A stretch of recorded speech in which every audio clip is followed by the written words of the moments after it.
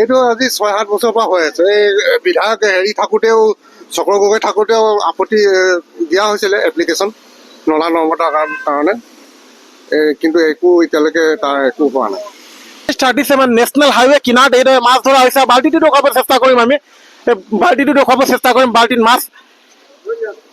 যদি ৰাজপথত এইদৰে যদি মাছ ধৰা হয় তেন্তে আমি কেনে এটা ব্যৱস্থাত সোমাই আছো বা আমাৰ বিভাগসমূহে কেনেধৰণৰ কাম কৰিছে, খুব দুৰ্ভাগ্য বিষয়, অতি দুখৰ বিষয় এইটো এটা। ভাইটি, ৰাতিপুৱাৰ পৰা কিমান মাছ ধৰিলা? আধা কেজিমান পাইছো বৰ্তমানলৈকে। আধা কেজিমান পাইছা?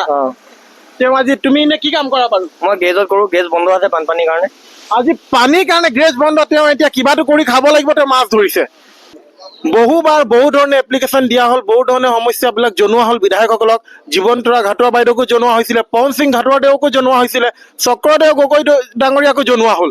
কিন্তু এই ৰাস্তাটোৰ পৰাই তেওঁলোক অহা যোৱা কৰে, এই ৰাস্তাটোৱে তেওঁলোক ব্যৱহাৰ কৰে, কিন্তু কোনো ধৰণে কেতিয়াও তেওঁলোকে আহি ইয়াত কাম এটা নকৰিলে। গতিকে য'ত আমাৰ নলা এটা প্ৰয়োজন, অতি প্ৰয়োজনীয় নলা, যদি ৰাষ্ট্ৰীয় ঘাইপথৰ কিনাৰত যদি নলা এটা নাথাকে তেন্তে নলাটো থাকিব ক'ত বাৰু? আৰু কিমান ডাঙৰ সমস্যা, মৰাণত নলা নৰ্দমা অসুবিধা আজি বহু বছৰৰ পৰা ইয়াৰ ৰাইজে ভুগি আছে।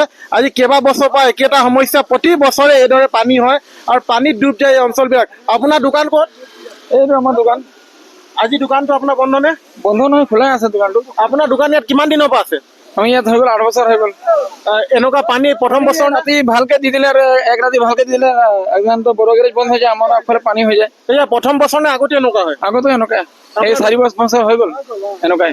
37 নেশ্যনেল হাইৱে কিনাৰত এইদৰে মাছ ধৰা হৈছে। বাল্টিটো দেখুৱাব চেষ্টা কৰিম আমি, বাল্টিটো দেখুৱাব চেষ্টা কৰিম, বাল্টিত মাছ। যদি ৰাজপথত এইদৰে যদি মাছ ধৰা হয় তেন্তে আমি কেনে এটা ব্যৱস্থাত সোমাই আছো বা আমাৰ বিভাগসমূহে কেনেধৰণৰ কাম কৰিছে, খুব দুৰ্ভাগ্য বিষয়, অতি দুখৰ বিষয় এইটো এটা। ভাইটি, ৰাতিপুৱাৰ পৰা কিমান মাছ ধৰিলা? আধা কেজিমান পাইছো বৰ্তমানলৈকে। আধা কেজিমান পাইছা? তেওঁ আজি তুমি এনে কি কাম কৰা বাৰু? মই গেজত কৰো, গেজ বন্ধ আছে বানপানীৰ কাৰণে। আজি পানীৰ কাৰণে গ্ৰেজ বন্ধ, তেওঁ এতিয়া কিবাটো কৰি খাব লাগিব, তেওঁ মাছ ধৰিছে। মানুহে ঘৰৰ ভিতৰত কিদৰে জীয়াই আছে আজি সেই দৃশ্যসমূহ আমি দেখুৱাব চেষ্টা কৰিম। এয়া চাওক পানী, ইফালে মানুহৰ ঘৰ, নলা এটা নাই, মাত্ৰ নলা এটা অভাৱত এনে অৱস্থা হৈছে। আমি টিংখাং সমষ্টিৰ অন্তৰ্গত আৰু মৰাণ সমষ্টি যেতিয়া আছিলে তেতিয়াও এই সমস্যা সমাধান নহ'ল। আজি টিংখাং সমষ্টিৰ অন্তৰ্গত আজি মৰাণখন, তথাপিও আজি একো সমস্যাৰ সমাধান হোৱা নাই। এইদৰে মানুহৰ ঘৰত পানী দেখুৱাব চেষ্টা কৰিছো। মৰাণ নতুন নগৰ দৃশ্য। বহুবাৰ বহু ধৰণে এপ্লিকেশ্যন দিয়া হ'ল, বহু ধৰণে সমস্যাবিলাক জনোৱা হ'ল বিধায়কসকলক। জীৱন্তৰা ঘাটোৱা বাইদেউকো জনোৱা হৈছিলে, পৱন সিং ঘাটোৱাদেউকো জনোৱা হৈছিলে, চক্ৰদেউ গগৈ ডাঙৰীয়াকো জনোৱা হ'ল। কিন্তু এই ৰাস্তাটোৰ পৰাই তেওঁলোক অহা যোৱা কৰে, এই ৰাস্তাটোৱে তেওঁলোক ব্যৱহাৰ কৰে, কিন্তু কোনো ধৰণে কেতিয়াও তেওঁলোকে আহি ইয়াত কাম এটা নকৰিলে। গতিকে য'ত আমাৰ নলা এটা প্ৰয়োজন, অতি প্ৰয়োজনীয় নলা, যদি ৰাষ্ট্ৰীয় ঘাইপথৰ কিনাৰত যদি নলা এটা নাথাকে তেন্তে নলাটো থাকিব ক'ত বাৰু? আৰু এনে কথাও নহয় যে বিধায়কৰ পুঁজি নাই বা চৰকাৰৰ ওচৰত পুঁজি নাই, তেনে কথাও নাই। যিহেতু বিধায়কসকলে নিজৰ ঘৰ, নিজৰ অঞ্চল, নিজৰ উপপথ পথসমূহৰ ড্ৰেইনসমূহ খুব ধুনীয়াকৈ নিৰ্মাণ কৰি লৈছে। প্ৰায় সকলো ঘৰ পানীত ডুব গৈছে। ইফালে এই গলিটো যিমান ঘৰ আছে, ইফালে ঘৰৰ ভিতৰত আমি পানী দেখুৱাব চেষ্টা কৰিছোঁ, ইফালে আমি বাল্টি দেখুৱাব চেষ্টা কৰিছোঁ, যিহেতু গৃহস্থই বাল্টি লৈ পানী সাঁচিছে। আৰু আচৰিত বিষয় যে ঘৰৰ ভিতৰত এইদৰে পানী। এজাক বৰষুণৰ পাছত যদি ঘৰৰ ভিতৰত এইদৰে পানী হয়, ইয়াতকৈ দুৰ্ভাগ্যপূৰ্ণ বিষয় কি হ'ব পাৰে বাৰু? এজাক বৰষুণৰ পাছত এনে অৱস্থা মৰাণ নতুন নগৰত। আমাৰ ওচৰতে দাদা এজন আছে, তেওঁৰ পৰা আমি জানিব চেষ্টা কৰিম। এনেধৰণৰ পানী কিমান দিনৰ পৰা হয় বাৰু? বহুত দিনৰ পৰা হয় পানী। আপোনালোকে আবেদন কৰিছিল নে? কাক কৰিছিল? বিষয়ে আপোনালোকে কাৰোবাক জনাইছিল? জনাইছিলে, নকৰে আকৌ। নকৰে? কিমান দিন হ'ল জনোৱা? আগতে। আৰু এতিয়াও নকৰে আকৌ।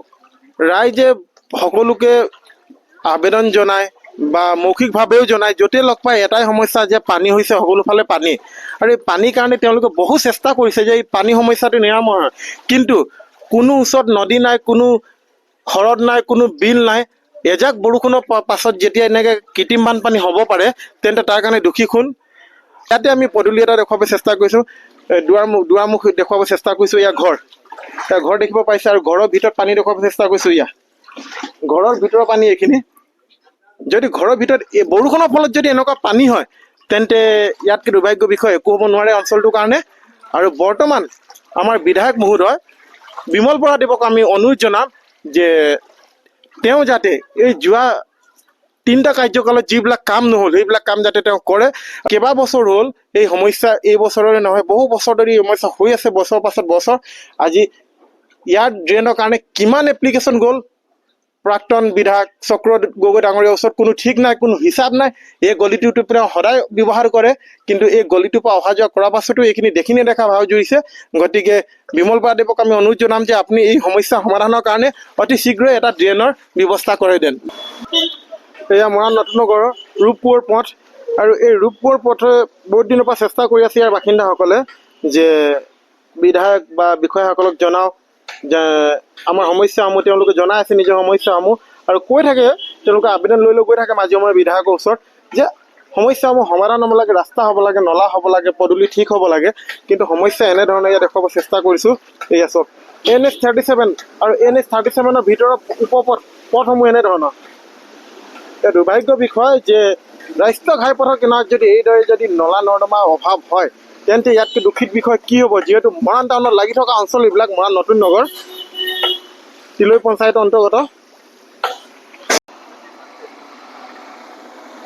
এই পানীখিনি আমি দেখুৱাব চেষ্টা কৰিছোঁ যে পানীখিনি অলপ বাঢ়িলে, পানীখিনি যদি অলপ বাঢ়ি যায় তেন্তে ৰাজপথ NH 37 পাৰ হ'ব, ৰাস্তাৰ ওপৰেদি পানী পাৰ হ'ব। কৃত্ৰিম বানত যদি ৰাষ্ট্ৰীয় ঘাইপথ যদি ডুব যাব হয়, তেন্তে ইয়াতকৈ দুৰ্ভাগ্যৰ বিষয়ে আমাৰ কাৰণে একো হ'ব নোৱাৰে। কৃত্ৰিম মানে ইয়াত আপুনি কি ভাবে নলাটোৰ ওপৰত? নলাটো আমাৰ হ'ব নাই বাৰু এইবাৰ? নাই, এবাৰ নলাটো হ'ব। এবাৰ নলাটো হ'ব। নলাটো হ'ব কি কাৰণে? এবাৰ আমাৰ যিজন বিধায়ক হৈছে আমাৰ বিমল বৰাদেৱ, তেওঁ চবতে কাম কৰিছে। অঁ, আমাৰ ইয়াতো কৰিব বুলি আমি আশা কৰিছোঁ। বিমল বৰাদেৱৰ ওপৰত আপোনাৰ বিশ্বাস আছে? বিশ্বাস আছে। বেলেগ MLA যিসকল আছিলে বিধায়ক, তেওঁলোকতকৈ তেওঁ পৃথক নে বেলেগ নে? বেলেগ, বহুত বেলেগ। বহুত বেলেগ। তেওঁ বহুত জেগাত কাম কৰিছে, অঁ আমি দেখিছোঁ। অঁ, আমিও আশা কৰিছোঁ যে আমাৰ ইয়াৰ নতুন নগৰত যিটো আমাৰ এই পথটো হৈছে ৰূপপুৰ পথ, অঁ, তাতো যাতে আমাক অলপ সুবিধা কৰি দিয়ে, ৰাস্তা পদূলি ড্ৰেইনৰ সুবিধাটো কৰি দিয়ে যেন। মন্ত্ৰী বিমল বৰাদেৱ, আপোনাৰ ওপৰত আমাৰ মৰাণবাসী তথা টিংখাং সমষ্টি সকলো ৰাইজৰ সম্পূৰ্ণভাৱে ভৰসা, বিশ্বাস আছে। আজি এই যুৱকজনে এষাৰ কৈছে যে আপোনাৰ ওপৰত বিশ্বাস আছে, এই বিশ্বাস আপুনি ভাঙিব নিদিব। আপোনাৰ ওপৰত বহুত বিশ্বাসত আজি টিংখাংবাসী ৰাইজে লৈছে, আৰু আমি আশা কৰোঁ আৰু জানো যে আপুনি খুব দৃঢ়তাৰে কাম কৰে, আপুনি বহু কষ্ট কৰি বহু সময় উলিয়াই আপুনি কাম কৰে, আৰু এই কাম কৰি যাতে আপুনি মৰাণতো দেখুৱাওক, যাতে স্বাধীনতাৰ পাছত যিখিনি কাম আমাৰ মৰাণ অঞ্চলত নহ'ল, ৰাষ্ট্ৰীয় ঘাইপথৰ কিনাৰত আজিলৈকে যোনটো নলা নৰ্দমা নহ'ল, সেই নলা নৰ্দমাটো আকৌ এবাৰ ধুনীয়াকৈ হৈ উঠে। আপোনাৰ ওপৰত বিশ্বাস। ইমানখিনিয়ে কৈ আজি আমি বাতৰি সমাপ্ত কৰিছোঁ। ধন্যবাদ।